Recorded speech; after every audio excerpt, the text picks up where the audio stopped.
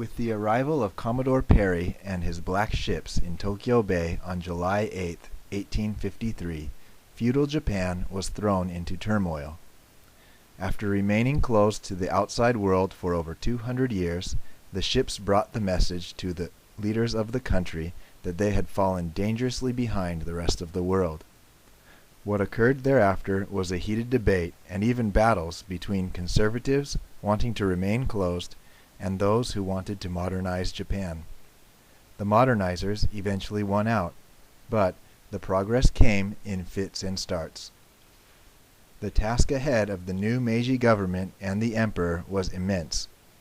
They needed to take a backward country, closed for 200 years, into the Industrial Revolution. Education would play a major role in achieving this goal. The basic policy of the new government was made clear in the imperial oath of 5 articles, declared by the emperor on April 6, 1868. Article 5 stated, "Knowledge shall be sought throughout the world in order that the welfare of the empire may be promoted." And Article 3 stated that all classes of people shall be allowed to fulfill their just aspirations, so that there may be no discontent. So, all citizens were to be educated with the best of what the world had to offer. Previous ways of life, based on a caste system, would never be the same. However, this proclamation was one of intent. An actual national system of education would not begin until the various fiefs could be brought under one government, which happened 3 years later with the abolition of the fief system. The new government then established the Department of Education to govern the nation's educational activities.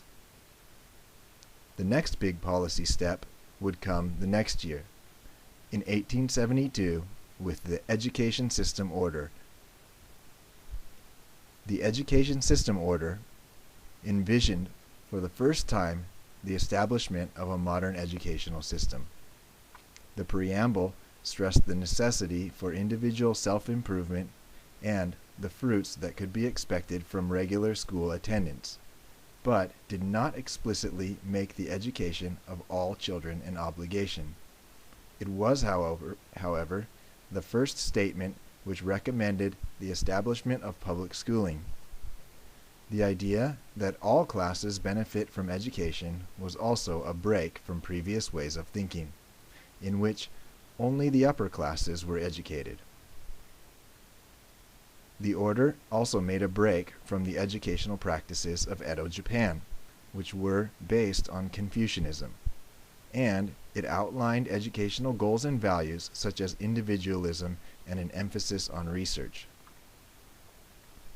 Compulsory or universal education was achieved by the Education Order of 1886. In this act, parents and guardians were said to be obligated to send their school-aged children to school until they graduated from the ordinary elementary course, and thus compulsory education was established in Japan. While there were many other important steps in the process, these are 3 of the major acts that laid the groundwork for a modern education system in Japan. Amazingly, the country had gone from a feudal nation where education was limited to upper classes to a modern nation with modern education system open to all citizens. All this in less than a generation. The educated citizens of Japan would be critical in launching the country into the Industrial Revolution.